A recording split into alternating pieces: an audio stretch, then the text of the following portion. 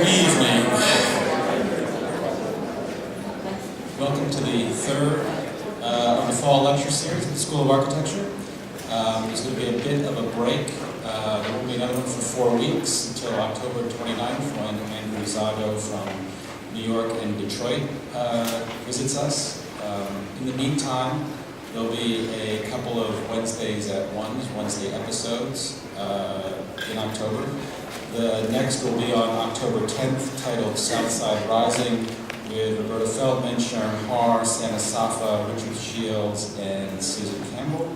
And then another Wednesday episode on October 17th on small practices and new modes of fabrication with Dura Parrish, Colin Franson, and Travis Nam, all organized by our own Paul Kreisman. Thank you very much. Tonight it gives me great pleasure to welcome back to the School of Architecture Jeff Kipnis, a longtime friend and what's the other term I'm on? Adversary. Jeff, physicist, musician, ex-con, gallery owner, author, landscape designer, curator, filmmaker, has taught and lectured all over the world. Practiced with Bahram Shardel and Andy Zago in Los Angeles, started the graduate design program at the AA, and is arguably the most important architectural critic and figure currently active, at least the most influential among a younger generation of designers. Two of the more interesting facts in that career that spans so many places and so many genres of design is that first, that Jeff has been the professor at one school for the last 20 years, the Ohio State University, which is ironic in the sense that it's very odd that someone who's been, in a sense, the most experimental and wide-ranging thinker in the field has had one institutional identification for such a long period of time and had so much stability. But it's also primary evidence, I think, for the fact that really the most interesting ideas come from, first and foremost, from state schools, which should encourage all of us. The other is that despite, or because of, really, Jeff's detour through all of these genres and various professional hats, he's also become the spokesman for disciplinary expertise and disciplinary specificity in the field of architecture. This was probably most readily apparent when, during his stint as curator of architecture at the Wexner Center for the Arts, Jeff put on the exhibits Moon River and Suite Fantastique, both of which were really exhibitions as modes of performance, as opposed to exhibitions in the typical manner, which are big catalogs that you walk through and read. And all of that sense of the specificity of the medium for the field has been important to all of Jeff's work, and his writing on architecture is no different, in that his criticism is not retrospective about a project, but actually sets out new positions or new possibilities for practice in the future, which is a fancy way to say that whatever Jeff writes is never true, but that it is actually more often than not right. Right in the sense both politically and aesthetically about what's needed at that time in the field. And I think probably what sets his writing apart from everyone else is a kind of sense of fine discrimination and the ability to discriminate things that other people don't usually see or botch, and to unfold those sort of small differences into larger cultural arguments. And probably in that way, in the field of architecture, no one since Rainer Banham and Robin Evans has had a consistent ability to do that in our field. In the roles of player and coach, Jeff has been incredibly generous to those who've followed him in the field, both students and colleagues, often attributing to us ideas that we never knew we had, and that we then gladly take credit for, only to find out that then Jeff comes and outflanks those positions that he's just given to us when he moves from being our coach to being our opponent. But that's what happens when we're committed to making architecture a primary mode of conversation and to make explicit the kinds of discussions, insider discussions, that we all have to have as both experts and fans. In this regard, Jeff is one of the biggest fans of architecture in the field, and in a field that we're all players in. And like any good fan, he occasionally feels necessary to yell at us from the stands when we actually blow a very easy play, like an introduction. So please join me in welcoming Jeff Kipnis, and we hope to come back many times in the future and yell at us from the stand some more. Thank you.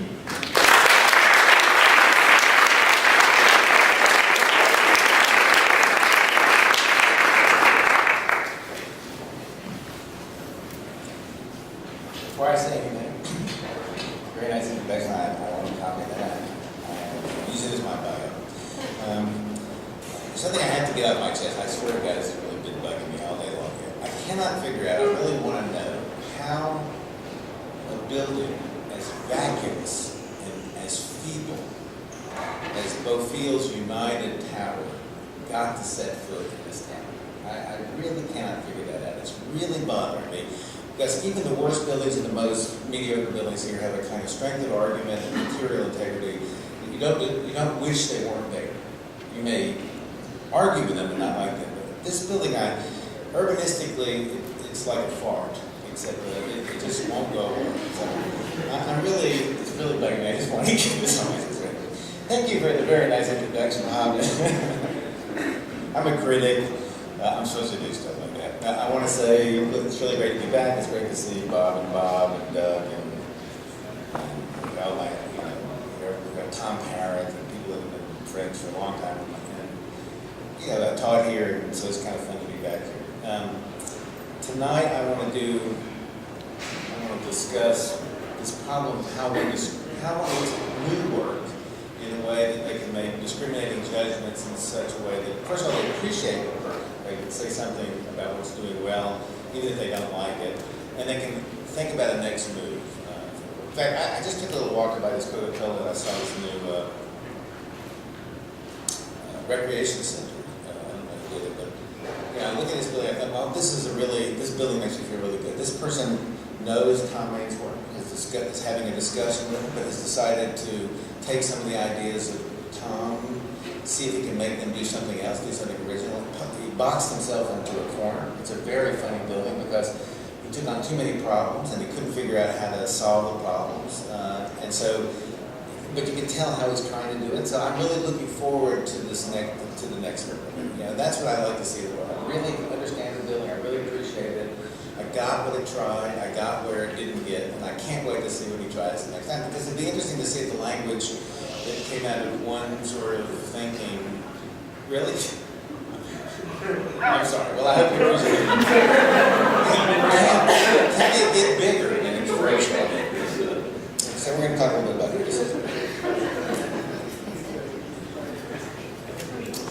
I really love this painting. This painting, I think, is partly accountable for my moving to New York. When I went to New York, I was 15, I saw pop art, lived this thing in particular. I just thought, man, I really love this. I got to be here. I love her. Actually, I always wanted to be a painting critic. I never pursued it. But no matter how eloquent I can be about it, no matter how deeply I feel about it, how much I think about it, I really don't know enough to be an expert critic about it. I cannot say, for example, why Mama bought this one and not this one, which was in the same show. This one was unacquired for many years before a major museum bought it. So I don't know why one is good or why one's not good, because I don't know the painting, I don't know the discussion within painters. In other words, painters have one discussion, nor do I know the expert discussion within criticism of that work. So I don't really know how to say anything about either of these two paintings that could help advance the cause. I know one thing. Right before he died, he painted this painting, which I think is really interesting. I got really into that painting. I've looked at it for a long time. And I know something, and that is for 40 years, even when he was doing stuff like homages to Picasso or architectural interiors, he never once abandoned his faithful dedication to the heavy black graphic line. So no matter what, for every painting, postmodern, whatever he was trying to do, historical quotation, that never went away until this painting, or this series of paintings. And I think it's profoundly interesting, and I always wanted to know what a painter would think about it. It's very clear that it makes a big difference in the painting. And it changes the mood. In fact, it changes the whole attitude about the painting.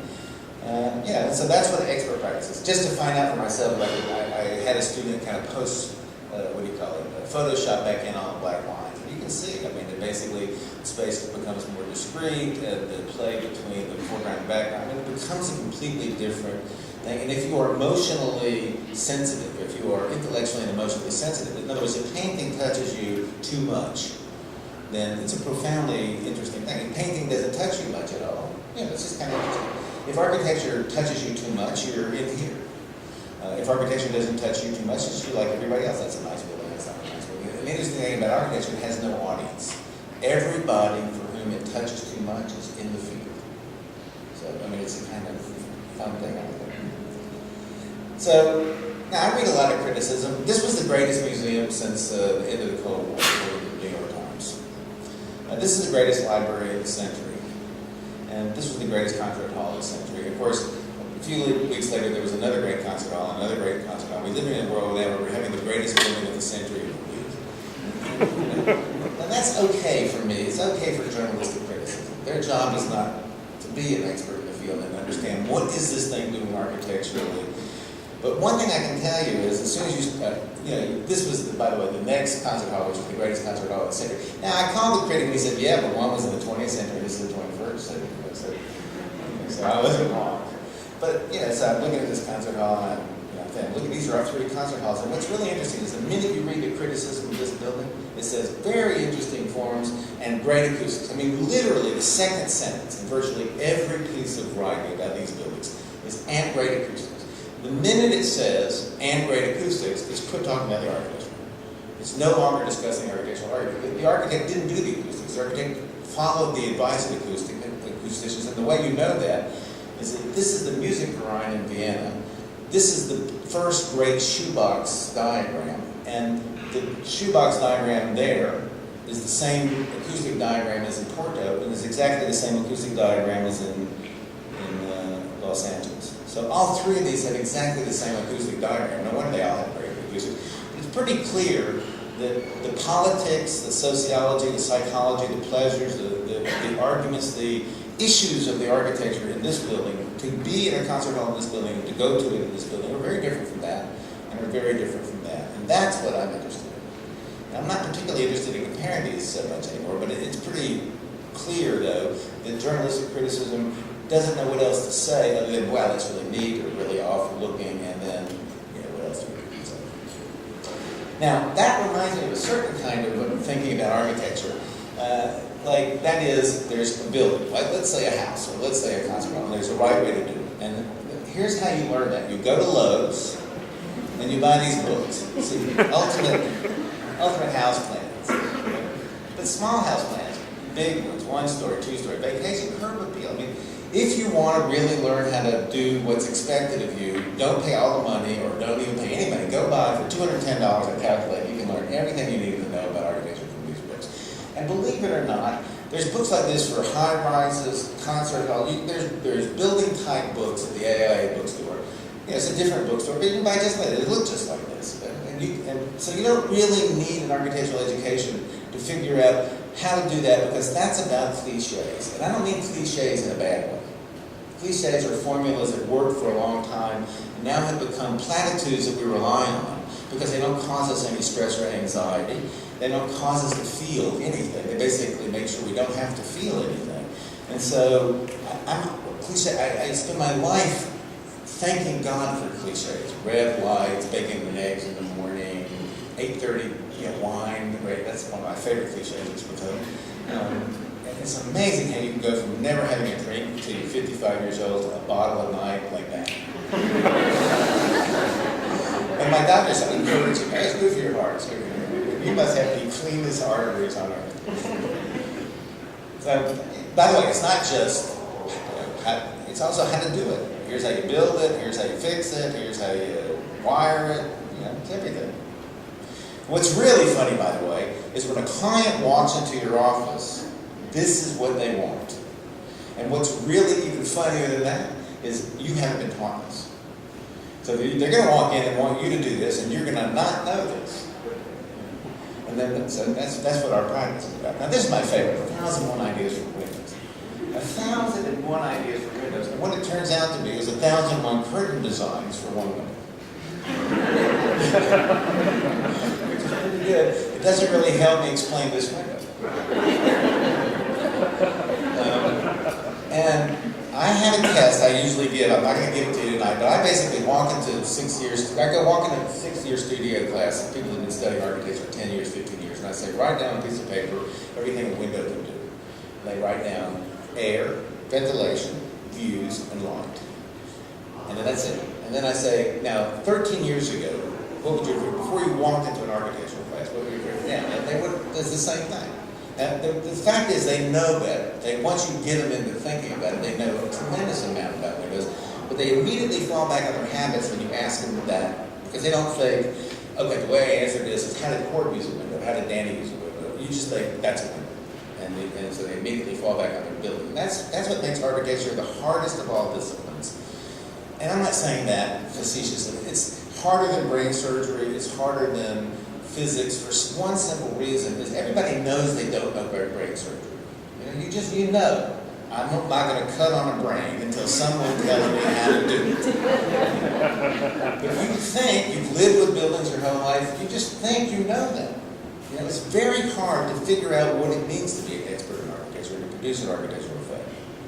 Okay, so this window, I just sort of looking at the history of windows. Now this window is interesting because this window is sort of about looking out. This window is about quoting that window. So this window is actually not a window. It's a rhetorical figure. It's a rhetorical device. This window is a discussion of this window as a rhetorical device and the history of that. So this is the wall house, and as you walk through all these rooms, you're looking at the history of windows, and this is the new window. And of course, all you have to do is see the view and how it subtends the view, and it's fantastic. It's either unbelievably fantastic and you get really excited about it, or you're a normal person and you should get another job. Because that's it. That's all that's what you're like. Now, what really bothers me about our field is when you get this kind of situation. I don't care. Again, I don't care what the newspaper says, but these were two finalists by Liz and Rick. I'm going to use first names tonight because that's the sociology of our field. I don't think about Liz Diller, Rick Video, and Tom Laser. I think Liz, Rick, and Tom. Actually, Sylvia and Bob have sort of theorized this as the cocktail model of distribution of information in art. It's really important. So I talk to these people in my head. So that's Liz, and that's Rick, and that's Tom. And so they do these two buildings, two finalists in the I-beam competition, and everybody says, look at that. These are exactly the same. They're copying each other. The field is dead. Everybody's producing exactly the same image. If anybody outside the field said that, that's fine. That's what they should say.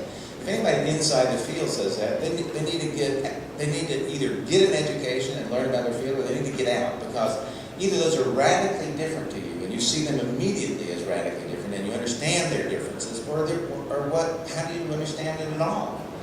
If you don't like Bach, if you don't know Bach, every piece of Bach sounds exactly the same.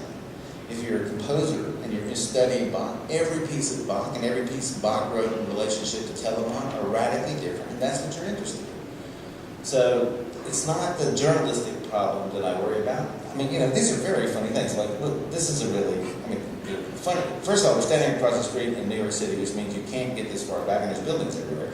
But this little gray building is gray, and that's it right there. It's either rendered in white there for one reason. Tom rendered it gray for another. So there's something going on.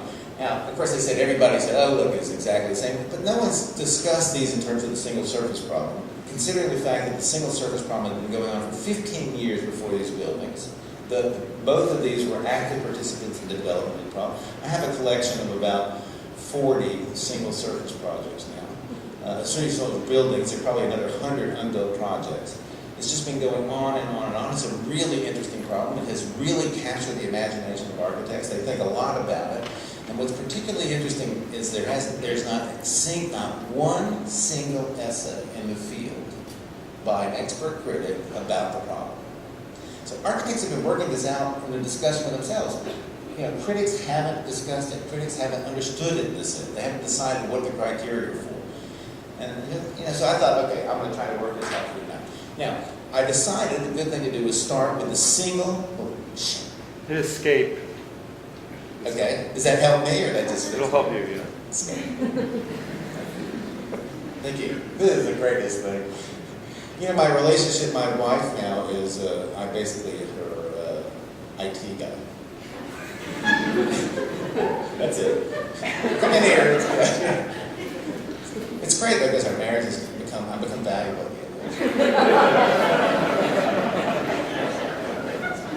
Sorry. This, of course, as you all know, is the single most influential house in the 20th century. I know all of you know this. Right, Bob? Yeah. Man, what is this house? Good. I want you to know this is really funny. Does anybody know what this house is? I swear to God. Wait, are you a historian? Is that right? Historian? But you, I'm an architect. okay, but you read history. How do you know? I saw it in the book. Oh no, I don't do a job anymore. Good for you. It's a trick question because you're not supposed to. It doesn't matter if you know. It sucks as a house, actually. There it is. I mean, it's the single most influential house in history because this is it. It's the Maison Domino house. Did you know? You got it right. You wouldn't lie. You're the first ever.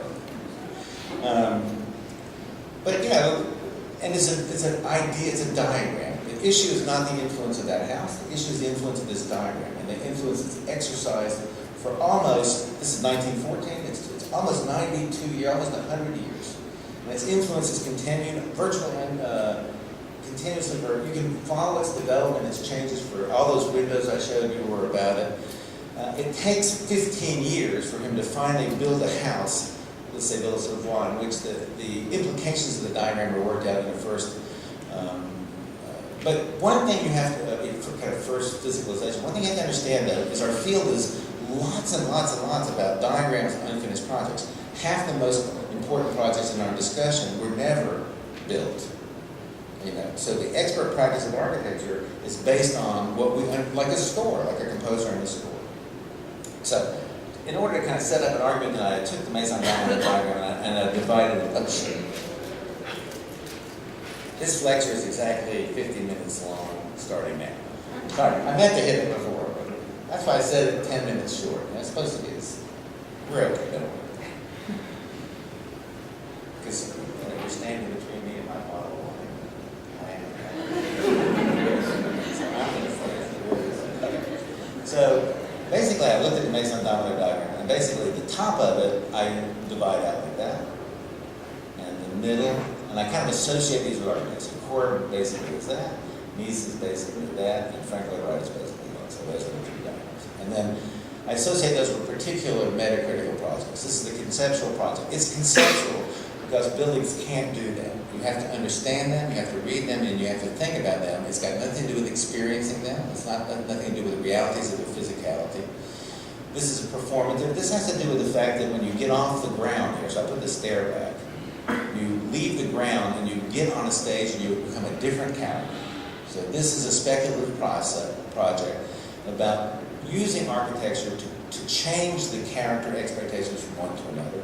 And this is about a search for a new kind of ground, that there is a new form of authenticity in relationship to the ground, and the job of the architect is to discover those new authenticities, and particularly that will begin with the ground. So I'm just quickly, the conceptual project, I turn to Villa Savoie.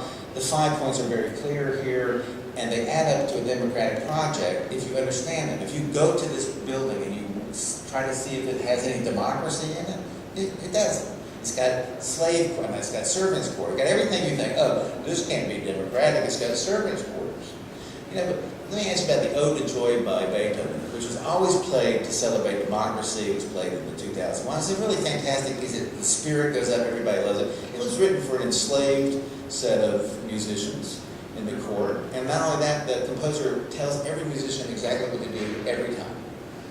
And so this great production of freedom has got nothing to do with the people that live in it and how they live. It's about thinking about this. And so if you take the pilotis and you realize it erases the difference between the top and the bottom, and you see the piece floating off the ground, and you restore the ground on the top of the rooftop garden, and you cut off the sky, and you cut off the ground, you basically are disestablishing the ground as land, which is the legacy of feudal politics in its relationship to architecture. And architecture had a profound power in its ability to instantiate feudal relationships with the ground. So it's trying to disestablish the land, the ground, stop it from being land, and turn it into a datum.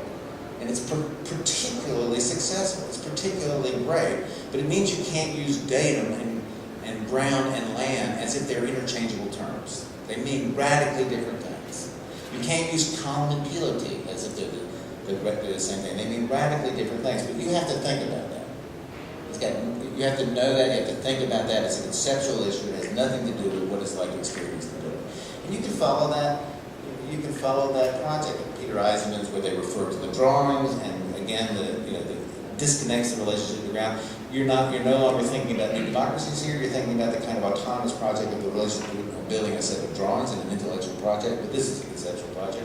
And Greg Lynn continues in that tradition. So these embryological houses are impenetrable from their architectural project point of view unless you understand the fact that it's about producing 1,000 variations. It doesn't refer to one ideality.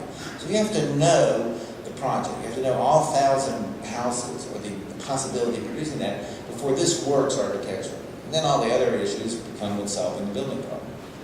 The new authenticities is, I think, the one most people tend to, they're sort of, that's the one, there's a new way of being in the world that's real and you have to find it.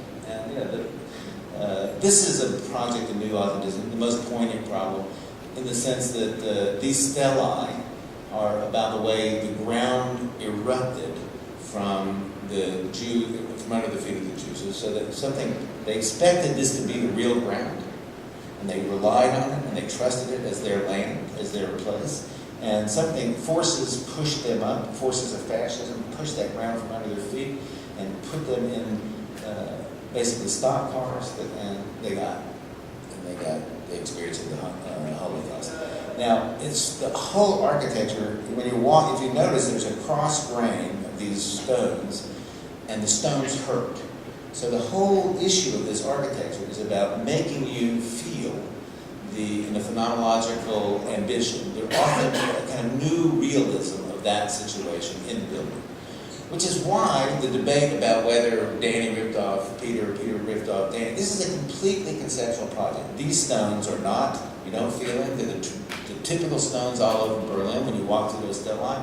And this project is about this. It's not about what it's like to be in there. It's about what it's like to see this, because this is the new ground, the new conceptual ground that the death of the Jews has produced as a new positive possibility in Berlin. Now, once you're there, you can't see it. You can only see it from these photographs, you can only see it from when you're away. So architecturally, it requires that you're not there in a certain sense. This is the typical project for new authenticities, but new authenticities, the best way I can explain it is go somewhere else. I mean, there's lots of dimensions to it. Horror, being afraid is a kind of authentic feeling. But if you're a filmmaker and you want to make someone afraid, you can't do the same thing they did when they made King Kong in 1930. You have to find a new way to produce the filmic possibilities of fear that belongs to the medium. And that, so part of the job of new authenticity is to find new vocabularies to shed the cliches of our vocabulary of traditional experiences and reactivate them. I think this building is a beautiful example. It's gorgeous. I mean, it's a kind of erotic building. It's tempestuous in its curves. It reminded me of this. This is Gian Bologna.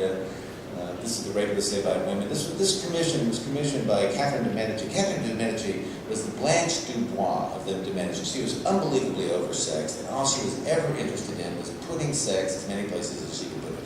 So she came to Gian Bologna and she said, I want you to put the most erotic sculpture you can in Florence. So he said, I can't do it. He said, don't. She said, don't worry about it. You just hide it behind some mythology, people will love it. And so actually, as you look at this, it's to this day, it's vivid in its cinematics and its capacities to show. I mean, this is not about the rape of the Sabine women. This is about one guy discovering his wife with another guy.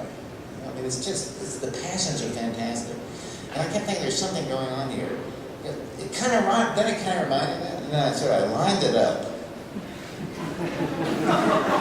Now this is actually a curve. I mean, actually every detail, every curve. And I thought, okay, I get it. This project had to deal with gravity. It had to go vertical. It was working with certain sculptural problems in the Baroque. And he's found a way to make those passions and to architecturalize those passions so that they're both contemporary and belong to that relationship and vivid, I think. So Now, the performative is what I'm going to concentrate on tonight. And just to give you an example of why performative is politics, this is the Theatrical Olympic, you know, this by Palladio, except it's not by Palladio.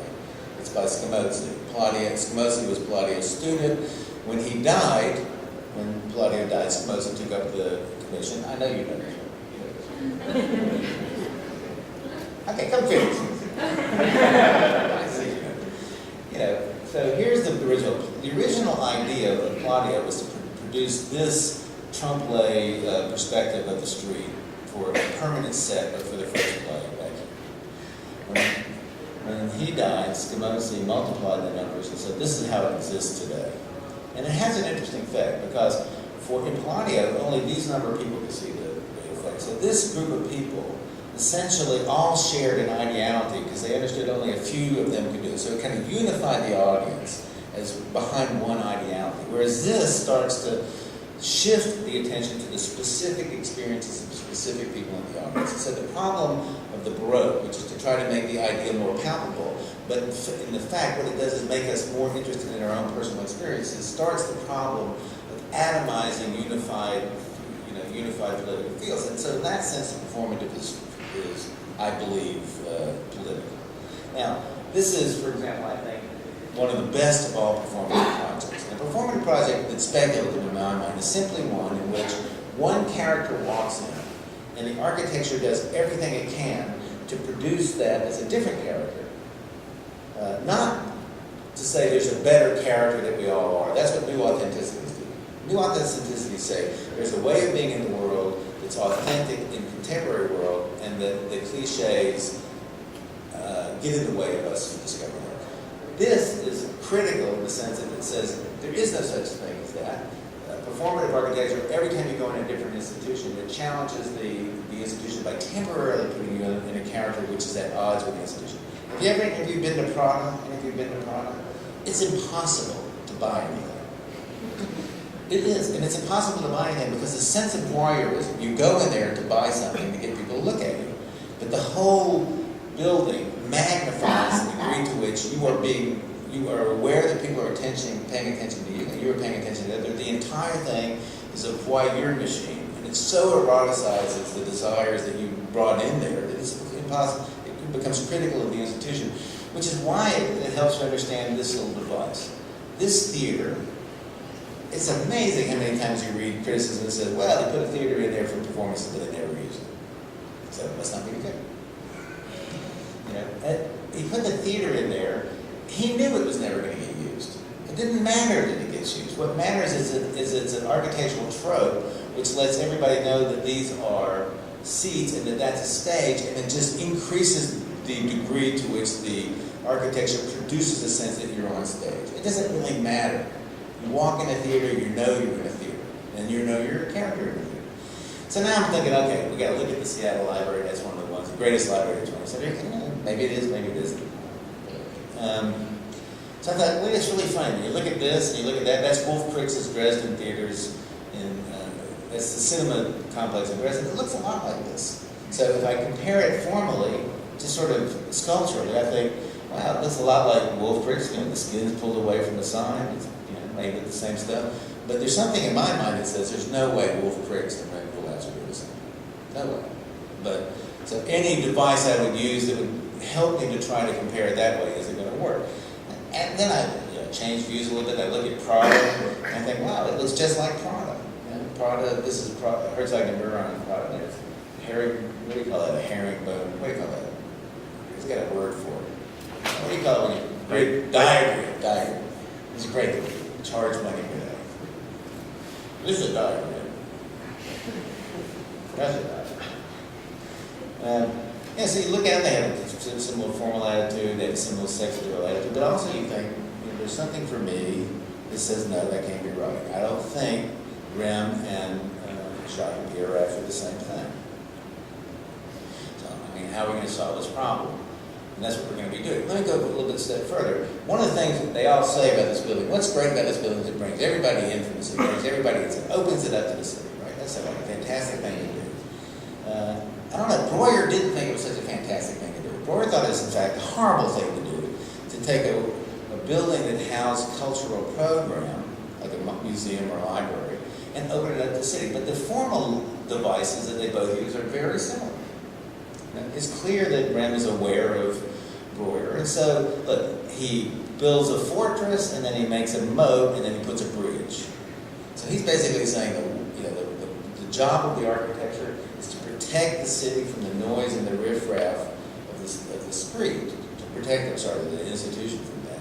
It's a terrible idea to bring the people in, have them have coffee, run around the library. So it's not clear to me that what's great about the architecture is that it brings the people in, and it's certainly not clear to me that that idea, if it does do that, is obviously a great idea.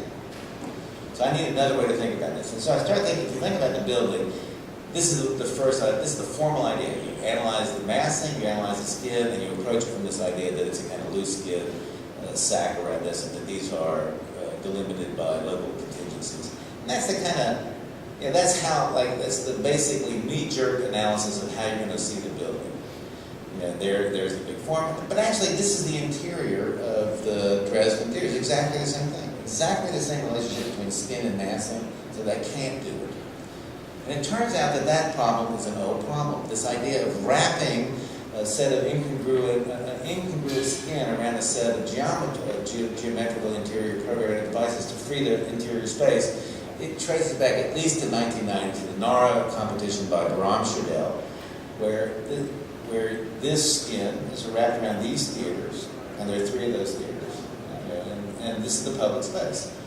And so, if what's so great about Seattle is great, then this should be the great project, as it was first. But it turns out that where Bram got this idea was from studying the inverse model of Rem Koolhaas's Bibliothèque Nationale. He saw these objects incongruently floating into space, and that's where he got the idea to do the NARA competition. So you can't, going who did what first doesn't matter.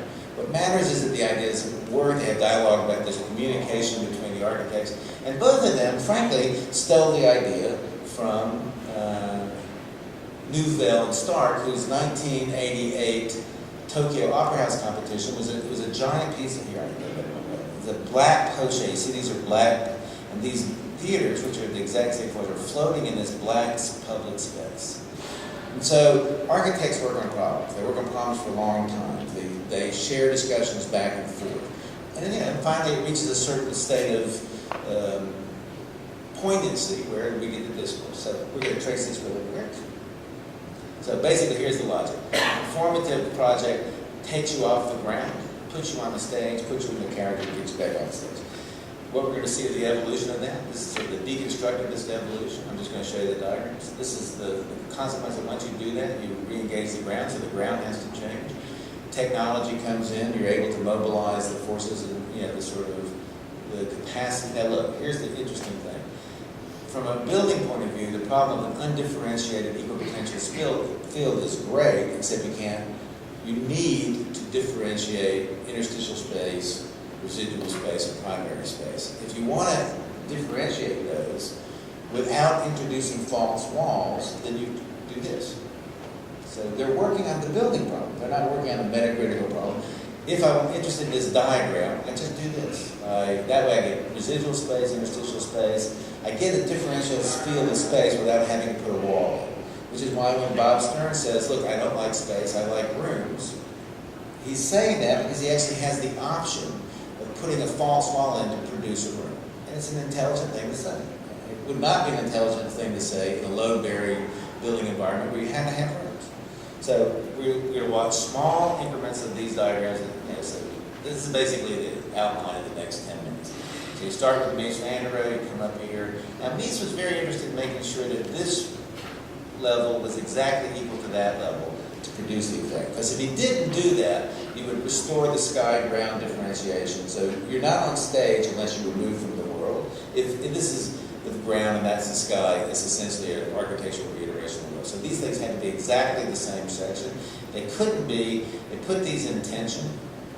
Myron Goldberg said in order to get those cross-sections as close as they possibly could, the mullions had to be put into tension. But it wasn't enough. They're slightly different, so that little drip edge is supposed to be visually corrected, so they look like they're precisely the same. You come up these staircases, you land on these staircases. Every time you come up the staircase, it's astonishing what happens. You feel like you're on stage. You're shockingly high. And that's how high you are. And the detail is such that every time he can, he lifts it a little bit higher. So you're just lifted up so that when you're in there, you're in a different character. And it's very intense. So Zaha starts to work on the problem. The first time you draw a diagram, you know you're supposed to differentiate it. She doesn't know what to do, so she makes an awning out of it. Believe me, you're going to do that.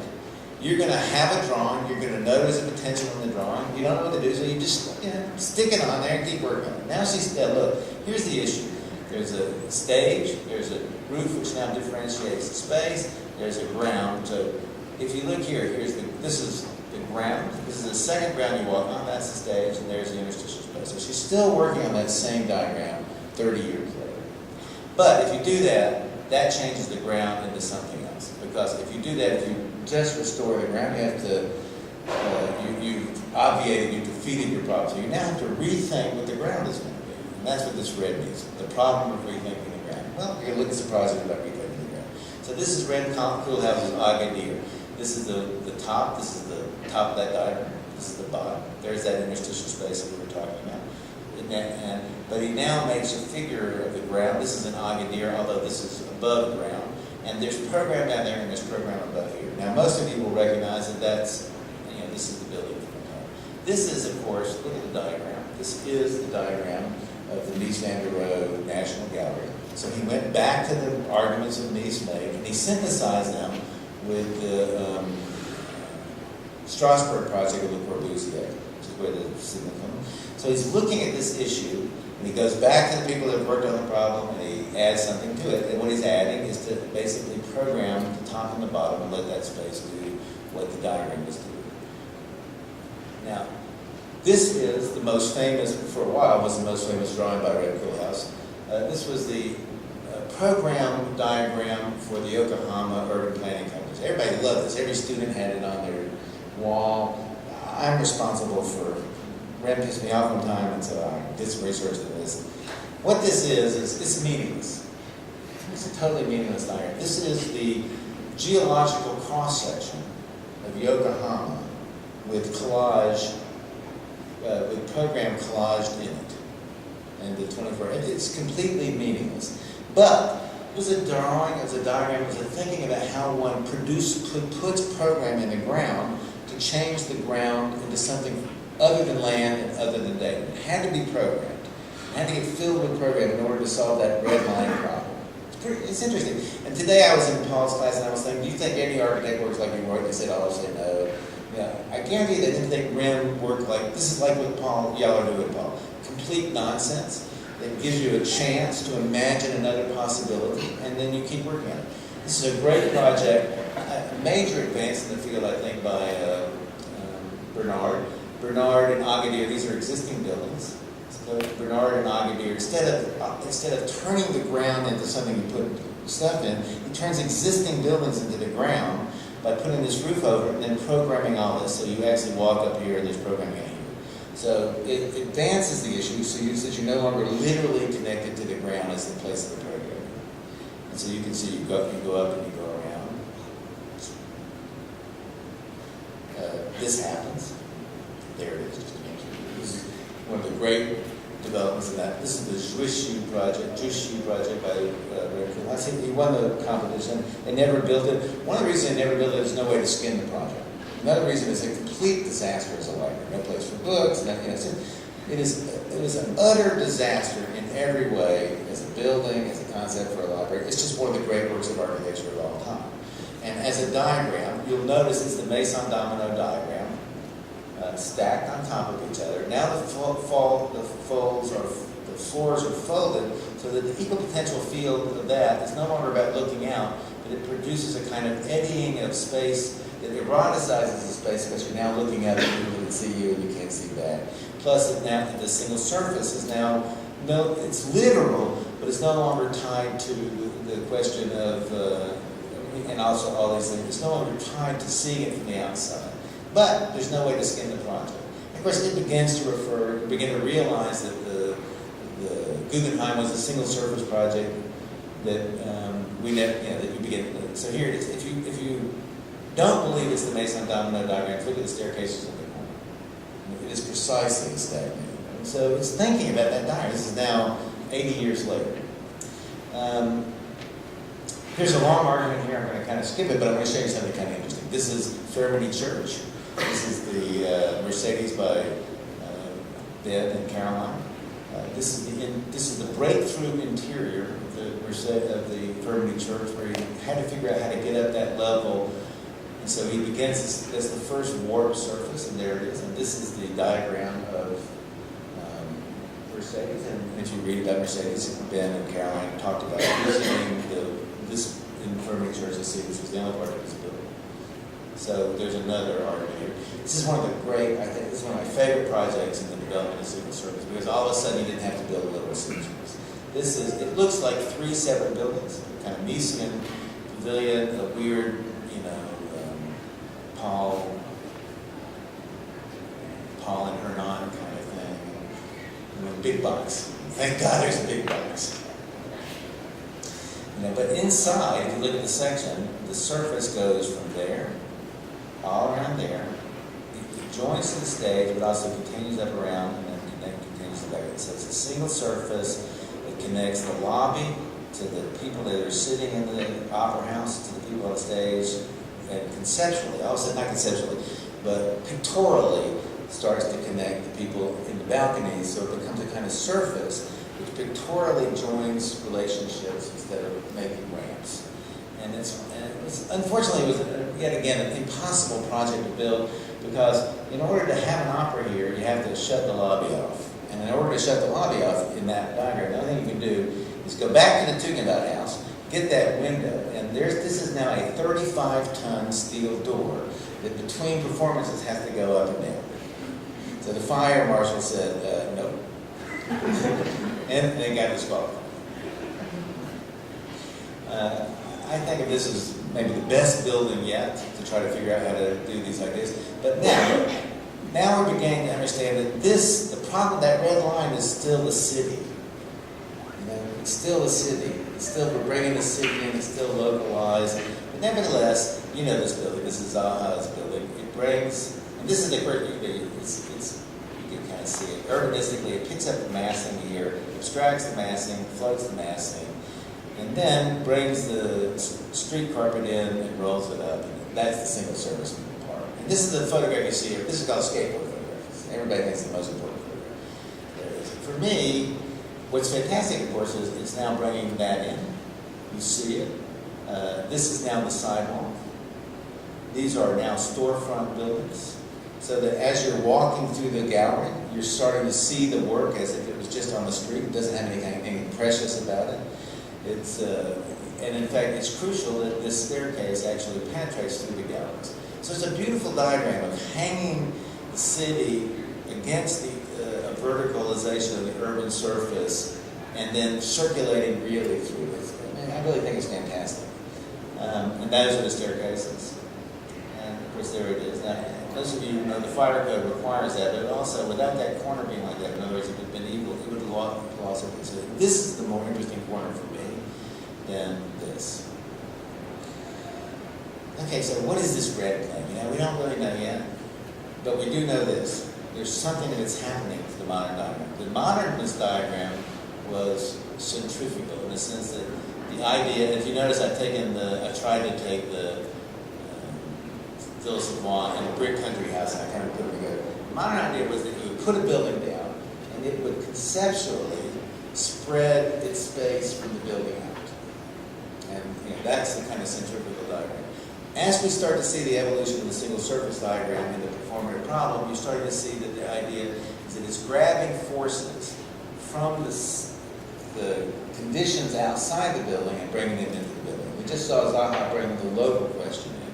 But as long as it's local, it's still not going to solve this red problem. The real problem is, can you bring forces in that are not local? And at that point, that it's no longer the ground or the city, it becomes the metropolis.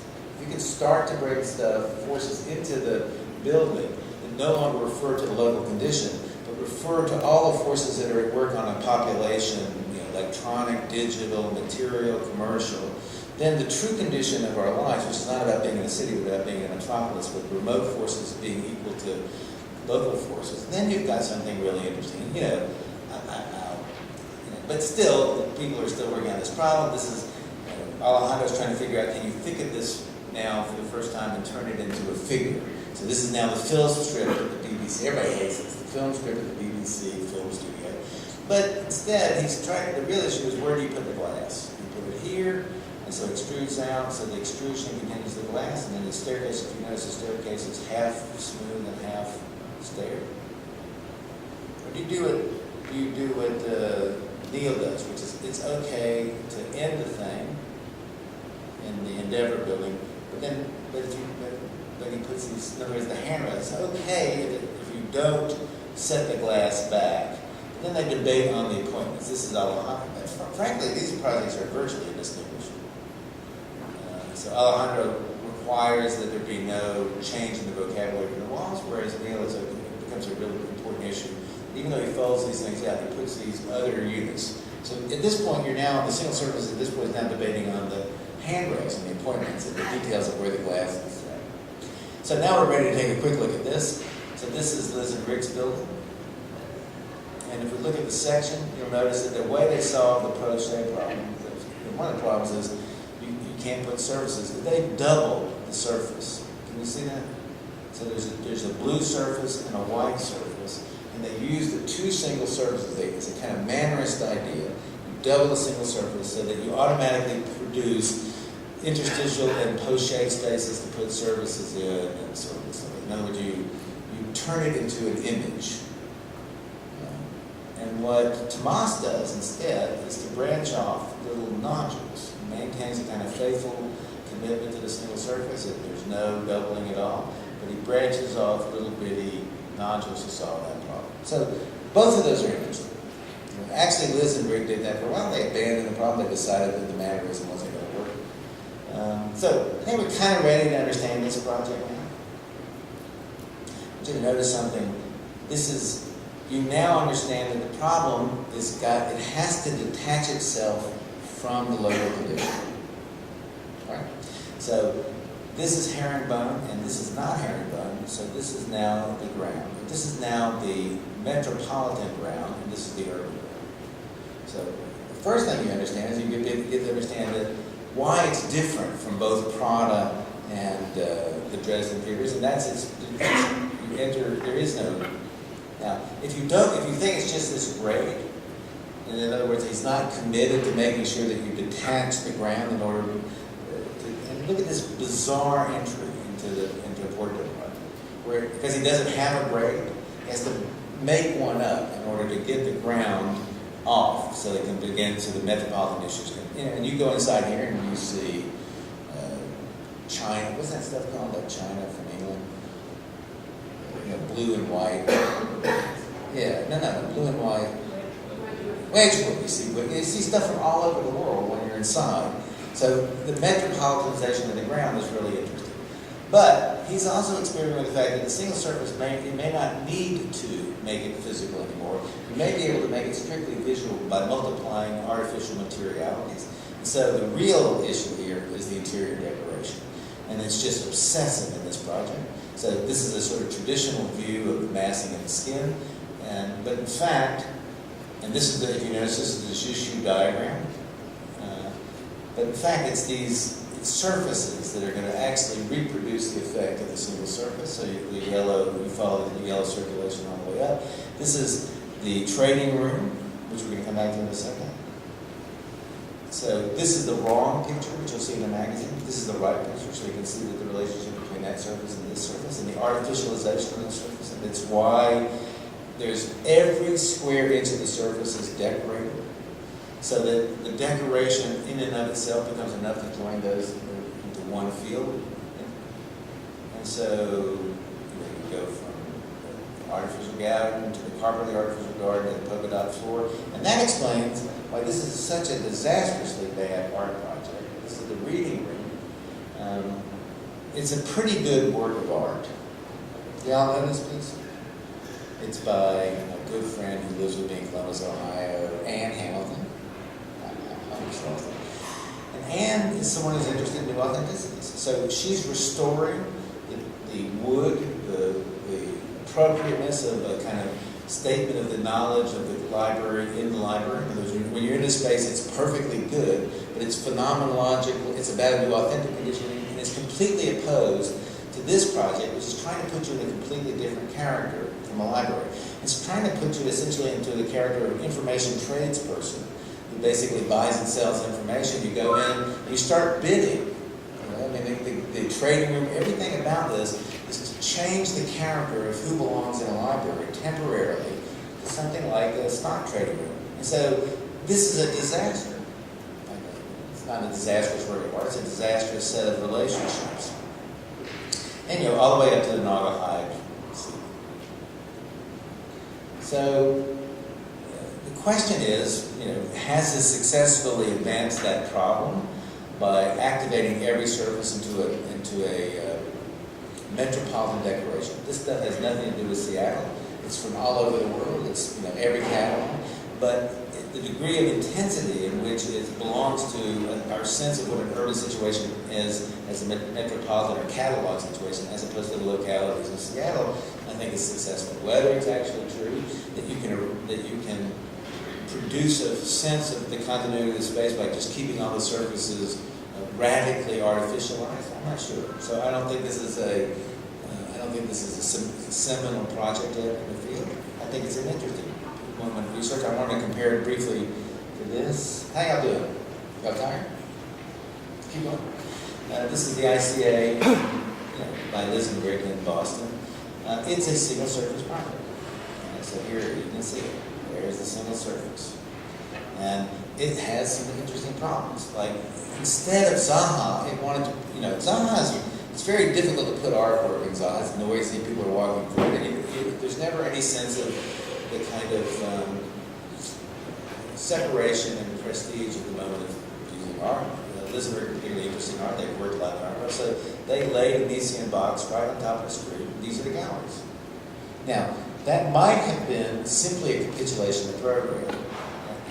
But they did something which would have saved it. And we're going to discuss it. So look, here's the single. This is a drawing. You can see that.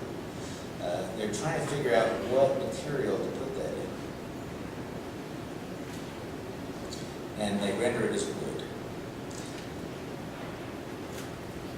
Now, for me, that's a regression in the metropolitan problem because it's on a waterfront. So to put wood to represent symbolically the boardwalk. In other words, it helps me understand the locality of that. Except right now, I think that's where we're not. So I think that's a regression in the problem. But now I can discuss this with this. But here's the other thing: here's the section of the building. They cannot actually continue that single surface all the way through. So they have a major problem to solve. And that is what happens when they hit this condition and keep going. It's a really brilliant bit. I really don't have time to talk about it, but it's basically they've been doing sort of intense studies of optics of the building entry. So you enter on one angle. Everything about this building is a kind of optical machine. Now, if you remember in the brasserie, they already had worked with a single surface in wood, but they were using it precisely for the opposite condition. They set up a condition which was real in the city, and then when you're dining, you're simply in this little strip where you get out of the bar and into that. So the wood is producing exactly the opposite argument, I think. And so it's really working well. But you can tell that they've been working on this problem for a long time. It's fantastic, I think, that they keep working on the problem, how to make it work. And so they build it, they do it in wood. I mean, we can have our own arguments about this. Now, you see this thing goes all the way over here? At some point in the middle, it goes from being a performative surface to a conceptual surface. There's no way it can continue. So it's no longer about how it performs, it's about how you read it. And I thought I'd show you that. This is the media tech in which you're looking at screens that have the water in it, and there's the water. It's this thing right here.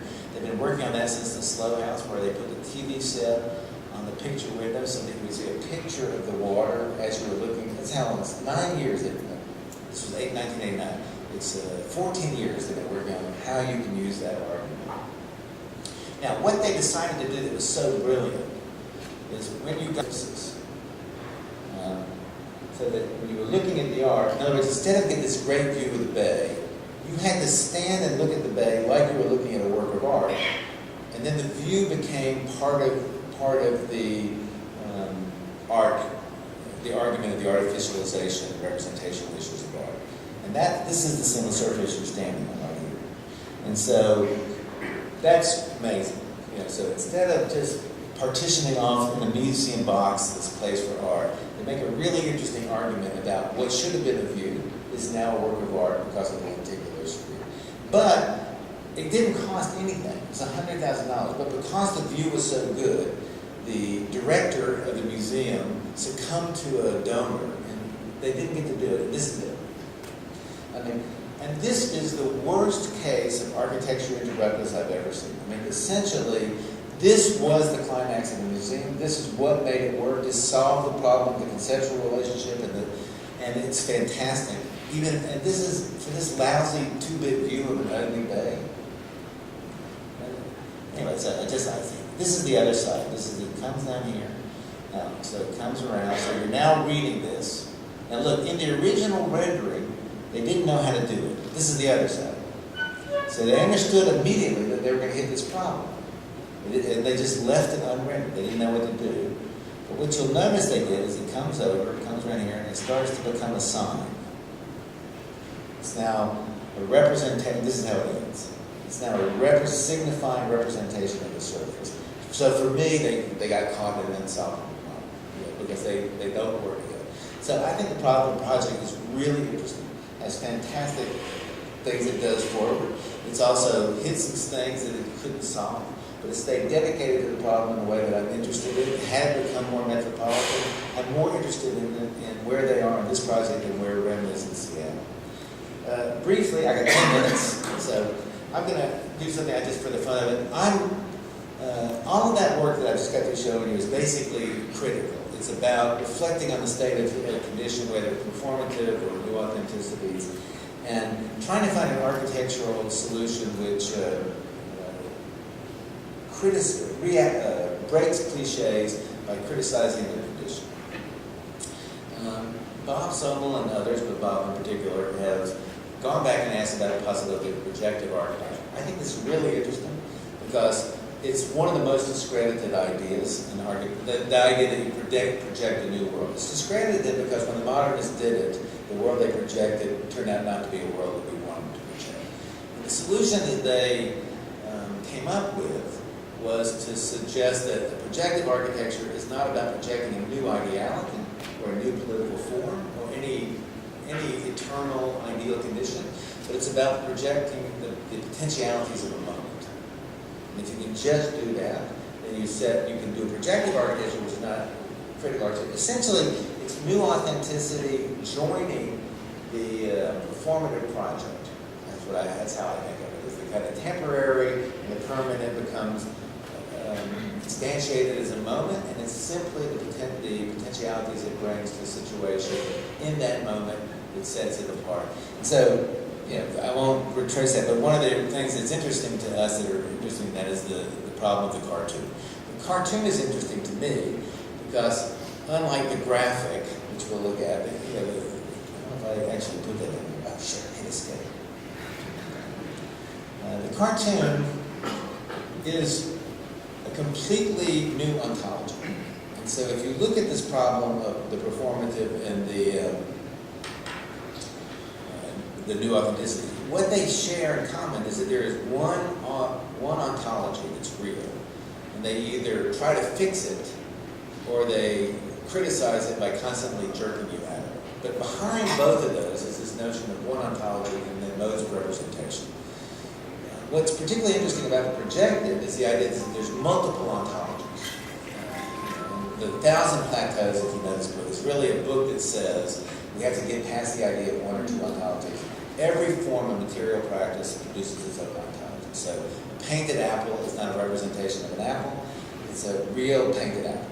And it's authentic to the problem of the painted apple. And your only problem if you're going to paint apples is how to make a painted apple a better painted apple, not more like a real apple. And so this question of multiplying authenticities raised for me the interest in the cartoon, because cartoons are that. They are completely different ontologies. They are whole worlds in and of themselves, but they're not ideal worlds, they're not perfect worlds. And so I thought cartoon architecture might be an interesting way to look at the projector. This is not Bob's argument. This is why I don't show cool new. This is Bizarro World. You don't know Bizarro World, but this is the first issue of Bizarro World. And Superman's freaked out because he just got hit a home run and got called out. Anyway, actually, I kind of came to this early on with David Sally's page because these graphic. Looks like this dividing line is a graphic device that's in the ontological field of the painting itself, because this figure is actually laying next to this. See that?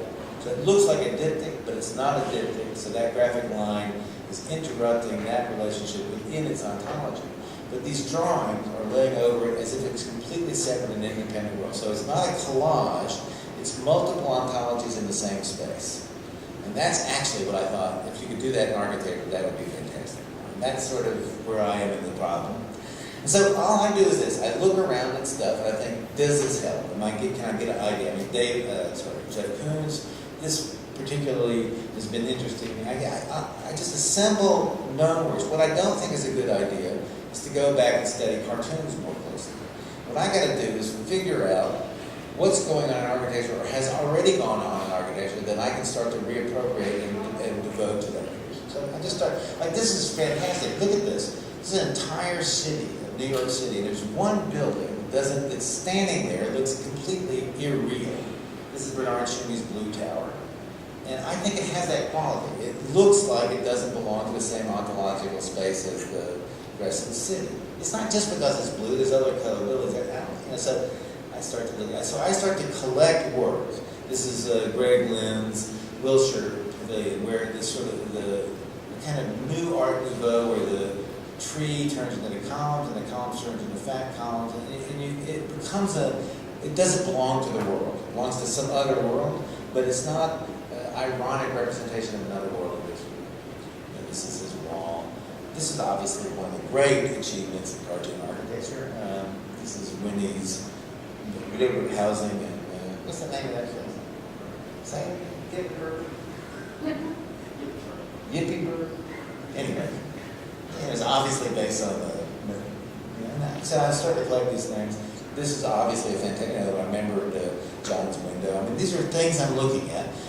So I assemble these things. I know I'm going to have to work with that stuff. I don't think how to do a cartoon architecture. I think what architecture has been done that I can start to use. It's either an argument or right now it's just a collage of it. It hasn't yet formed an argument, which is why I can't, I'm not ready to go to a building like Graham went to Mies van der Rohe's National Gallery or Strasbourg. I'm not ready for that move yet. I'm just assembling a set of effects, and then I'm going to try a set of diagrams. I hate this. I like this, but I hate this worse than anything in the world because it's so cynical. People have been trying to do clouds. Okay, we'll just make it fun. I just can't stand it. So I decided my first project would be to design with my students, a cartoon architecture to answer how do you do this. So the Simpsons. So you'll see all that assembled material in this work. And so basically it's trying to figure out how to get the ground. Remember the problem with the ground, it can't be data, can't be ground, can't be land, can't be programmatic field anymore. It has to start to participate in the deontolization of the local condition and join that. And so these are my first, these are my get out of the box first with a proposal of cartoon architecture. I just want you to know that it's just like you just shoot in the dark, you try a few things, you know it's going to take 15 or 20 years before you get someplace. I hate the buffet. My big problem is now I'm stuck. Do I start the light, do a buffet, or do I figure out how to fix it? Thanks.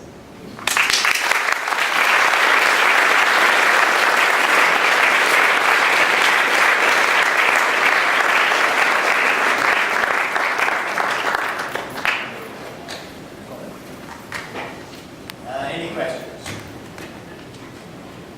I have ways to make answers. I've been teaching for 15 years. I can make anybody in this room answer a question. They won't even know how to do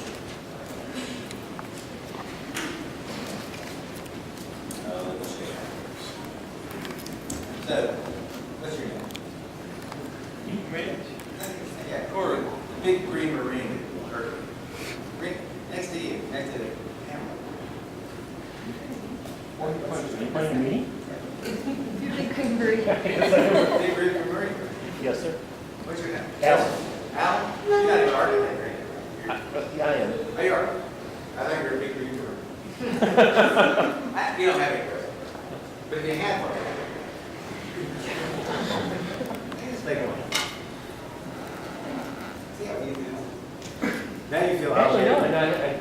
I actually don't know the cloud, that cloud project that you're discussing. What- Liz and Rick's, you like that? Go out there and you see a big cloud. I mean, people Does that's it trying to produce make. that cloud?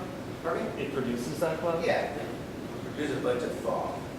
I mean, architects have been trying to figure out how to physicalize the form and experience of the cloud for a long time.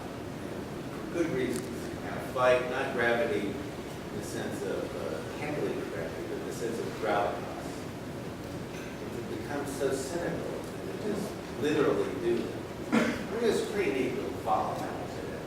But you kind of dismiss 100 years of work I was interested in. Kind of one line. I think I fixed it, but I fixed it pretty good. You like mine? Okay. Is that okay? Yeah. I don't know what it is. It's whatever client walks in the door and says, I want A. You notice that big one? I had a blue one, I had a big one, and I had a little one. The house is the yellow. It's what every architect does. You'd be crazy if you waited to have an idea to do one. You do it now. Sure. You go, I'll be at Lowe's and I'll buy one of those books. I'd like to question your seeming acceptance of multiple ontologies as the way it is. Because it seems to me like we tend to go from one flare to the other. So we have like a singular ontology or one or two ontologies as universal, and then we go the other extreme, the Lisbon extreme of like we have every ontology is possible. But it seems like both of them are actually not really reflective of reality or some kind of what our experience is. And there are some things that are universal, and there are some things that are, some ontologies that, there are things that intersect. I'm not challenging it, it's like, Well, filter senses. Because my sense of things is that if you go multiple, you're always in, obviously you end up in some form of relativism.